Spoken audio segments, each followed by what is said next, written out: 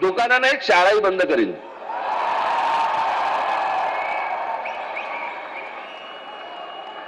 महाराष्ट्र राज्याचा मुख्यमंत्री हिंदीसाठी भांडतोय, मराठीसाठी, मराठी सक्तीची.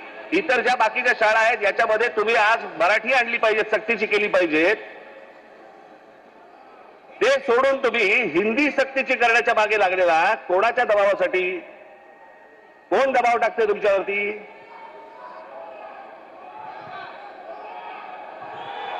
हे केंद्रामधलं हे केंद्राचं पूर्वीपासूनच आहे, काँग्रेस असल्यापासूनच आहे हे सगळं.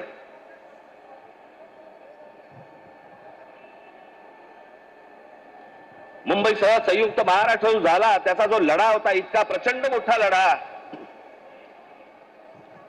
ही मुंबई महाराष्ट्रापासून बाजूला करण्याचा डाव होता. तो कोणाचा होता? काही गुजराती व्यापाऱ्यांचा होता आणि काही गुजराती नेत्यांचा होता. मी एकदा पुस्तक वाचत असताना, आचार्य अस्त्रांचं पुस्तक वाचत असताना मला धक्का बसला की मुंबई महाराष्ट्राला मिळू नये याच्यासाठीच पहिलं जे बोललं गेलं ते कोणाकडनं बोललं गेलं?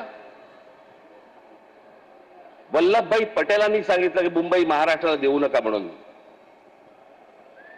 वल्लभभाई पटेलांनी, ज्यांना आजपर्यंत आम्ही लोह पुरुष म्हणून मानत आलो, या देशाचे गृहमंत्री, आम्ही त्याच्याकडे आदराने आजपर्यंत पाहत आलो, तुम्ही महाराष्ट्राला विरोध केलात.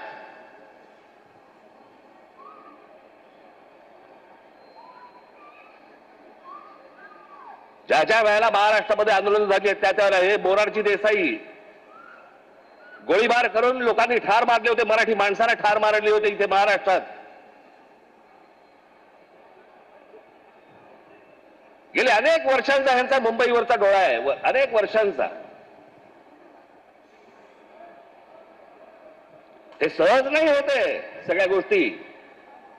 मी त्या दिवशीच्या माझ्या भाषणामध्ये मी म्हटलं ना, हे चाचपडून बघतायत, तुम्हाला चाचपडून तपासून बघतायत की हिंदी भाषा आणली, बघू महाराष्ट्र विरोध करतोय का, बघू मराठी माणूस पेटतोय का, बघू मराठी माणूस जिवंत आहे का. आणि तो जर शांत दिसला तर हिंदी ही भाषा आणणं ही त्यांची पहिली पायरी असेल. आणि हळूहळू हळूहळू हळूहळू त्या सगळ्या गोष्टी करून मुंबई ताब्यामध्ये घ्यायची आणि ती गुजरातला मिळवायची, हे ह्यांचं स्वप्न आहे.